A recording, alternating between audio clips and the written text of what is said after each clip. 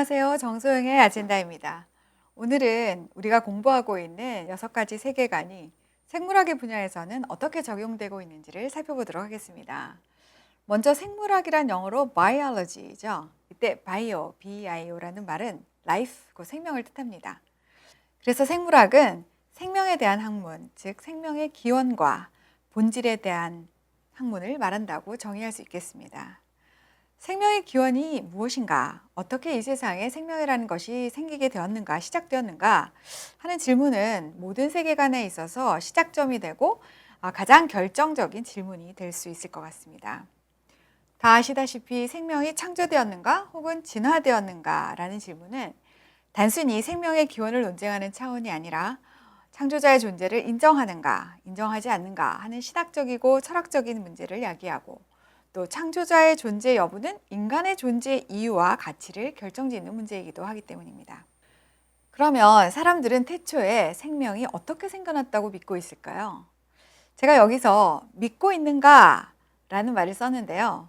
그 이유는 이 세상 어느 누구도 태초에 생명이 생겨났을 때 살아있어서 그것을 본 사람도 없고 이 땅에 그 어떤 확실한 증거도 존재하지 않기 때문에 기본적으로 생명의 기원에 대한 것은 결국 믿음의 문제라는 것을 말씀드리고 싶어서입니다.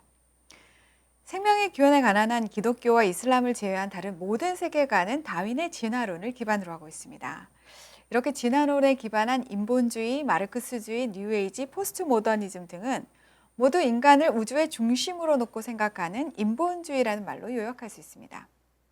인본주의자들은 신, 창조자, 하나님 이런 초월적이고 초자연적인 존재를 믿지 않습니다.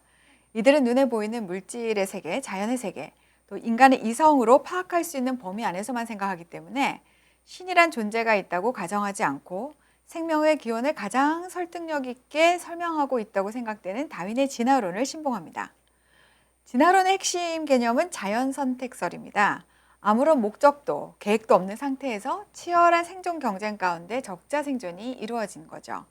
자연환경에 가장 잘 적응하고 생존하는 생명체만이 결국 살아남는다는 것입니다. 이런 관념은 후대에 우월한 인종만 살아남아야 한다라는 우생학으로 변질되어서 나치의 홀로코스트 같은 엄청난 재앙을 정당화시키는 도구가 되기도 했습니다. 진화론을 증명하기 위해 다양한 가설이 제시가 되었지만 아직까지 어떤 한 종에서 완전히 다른 종으로 변화하는 것에 대해서는 어떤 증거도 발견되고 있지 않다고 합니다. 여하튼 인본주의자들의 주장은 이유와 원인은 알 수 없지만 이 땅의 최초의 생명체가 어떻게 생겨났고 이후부터는 우연한 변이와 자연 선택의 과정을 통해서 점점 더 복잡한 생명체로 진화되었다고 하는 것입니다. 특히 마르크스주의자들은 다윈의 진화론에서 많은 영감을 얻었습니다. 그들은 자연계에서 발생하는 진화 현상을 통해서 인간 사회를 해석할 수 있다고 생각했습니다. 다윈주의는 초자연적인 존재는 없고 오직 물질만 존재한다고 주장하는 마르크스주의와 매우 잘 맞았습니다. 또한 하등한 생명체가 치열한 경쟁을 뚫고 적자 생존을 통해서 더욱 고등한 생명체로 진화하듯이 마르크스주의는 인간 사회도 계급 투쟁을 통해서 자신들이 이상향으로 삼는 계급이 없는 차원 높은 사회로 진화해 나간다고 생각했습니다. 한편 포스트 모더니스트들에게 있어서는 인간의 본질 따위는 중요하지 않습니다. 그냥 사회적, 언어적으로 구성된 만들어진 개념일 뿐이다. 그리고 생물의 기원이라는 것도 결국 어떤 거대 담론, 메타 나래티브의 하나, 그 이야기에 불과하다고 생각합니다. 인본주의자들인 포스트 모더니스트들은 창조론보다는 진화론을 지지하는 경향이 있기 때문에 인간이 다른 생명체와 다른 특별한 목적이나 가치가 있다고 생각하지 않습니다. 포스트 모더니스트들에게 절대적이고 객관적인 사실이나 지식은 없습니다. 과학도 예가 아닙니다. 그래서 이들은 생명의 기원을 찾는 따위의 그런 문제를 해결하고자 하는 노력조차 좀 쓸데없는 짓이다라고 폄하해 버립니다. 그렇다면 뉴에이지 세계관은 어떨까요? 이 뉴에이지 세계관을 신봉하는 사람들은 나름대로 진화론을 활용해서 자신들의 세계관을 설명하려고 하고 있습니다. 이런 이들의 주장을 영적 진화론이다라고 말합니다. 영적 진화론이란 인간이 어떤 생물학적인 변화를 초월해서 영적으로 고등한 상태까지 이룰 수 있다고 믿는 것입니다. 그래서 이러한 진화를 생물학적인 진화가 아니고 심리학적인 진화다. 이렇게도 말합니다. 그리고 영적으로 고등한 상태란 집단 의식과의 합의 상태를 말합니다. 즉 인간이 우주의 궁극적인 의식 또는 에너지와 하나가 되는 것을 말하는 것이죠. 재미있는 것은 모든 인간이 동시에 이런 상태에 도달할 수 있는 게 아니잖아요. 도달할 수도 없고 그렇기 때문에 몇몇 탁월한 사람들이 이 단계에 도달하게 되면 나머지 사람들을 모두 다 데리고 가면 된다. 그래서 나머지 사람들도 다 이 단계로 나아갈 수 있다. 그래서 이 단계에 다다른 모든 인간들은 각각 불교에서 말하는 해탈이라든지 열반에 이른 상태와 비슷한 그런 진화의 최상위 단계에 이를 수 있는 것이죠. 여기까지는 모두 진화론을 신봉하거나 진화론의 아류를 자신의 세계관에 편입시킨 것입니다. 그러나 유실론을 믿는 이슬람과 성경적 세계관에서는 이 세상의 생명체는 분명한 목적과 계획을 가지고 창조주가 만들었다고 믿고 있습니다. 창조론을 뒷받침하는 최근의 가설론은 지적 설계론이라는 것이 있습니다. 지적 설계론을 주장하시는 분들은 생명은 오직 이전에 존재했던 생명으로부터만 나올 수 있다. 그것이 사실이다. 그리고 인간의 DNA와 같은 그런 엄청난 정보 시스템은 결코 우연히 만들어질 수가 없다. 그리고 무엇보다 현재 살아있는 생명체들에게서 나타난 그 엄청난 복잡성과 정교함을 볼 때 어떤 지적인 설계자가 없이는 도저히 이루어질 수 없다.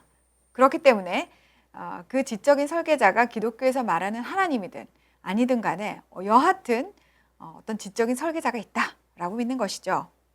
특히 이런 복잡한 생명체의 기관들이 동시다발적으로 이렇게 아기가 딱 맞듯이 만들어져야만 제대로 작동을 하지. 예를 들어 눈 같은 경우에 눈이 자리 잡을 구멍이 생기고 그 다음에 눈동자가 생기고 그 다음에 속눈썹이 생기는 방식으로는 눈이 제대로 기능을 전혀 할 수가 없다는 것이죠. 그래서 진화의 과정 가운데서 도태돼 버릴 수밖에 없다. 퇴출될 수밖에 없다.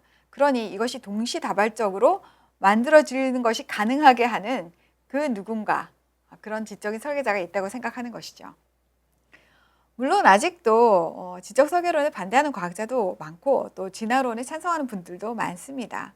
그렇지만 과거에는 창조론 이렇게 이야기하면은 되게 비과학적이다라고 생각하고 또 공교육에서 창조론을 가르치지 않기 때문에 창조론은 그냥 하나의 설화, 신화 이렇게 취급하던 과학계에서 점점 더 많은 과학자들이 진화론의 허구성을 밝혀내고 진지하게 지적 설계론의 가능성에 무게를 두고 있다는 점, 그 점만은 좀 기억해야 될 것이 아닌가 싶습니다. 앞서 제가 생명의 기원에 대한 문제가 사실에 대한 것이 아니라 믿음의 문제라고 말씀을 드렸습니다. 이 말은 곧 우리가 가진 세계관에 따라서 우리의 생명의 기원에 대해서 또 다른 믿음을 가질 수 있다는 것이죠. 아마 오늘날에도 우리 아이들은 학교에서 다윈의 진화론을 첨단 과학인 것처럼 또는 진리인 것처럼 또는 사실, 팩트에 기반한 것처럼 배우고 있을 텐데요. 오늘 저녁 진지하게 이 문제에 대해서 아이들과 대화도 나누고 함께 자료도 좀 찾아보면서 공부해 보시면 어떨까 싶습니다. 오늘 생물학에 대한 이야기 여기서 마치겠습니다. 시청해 주셔서 감사합니다.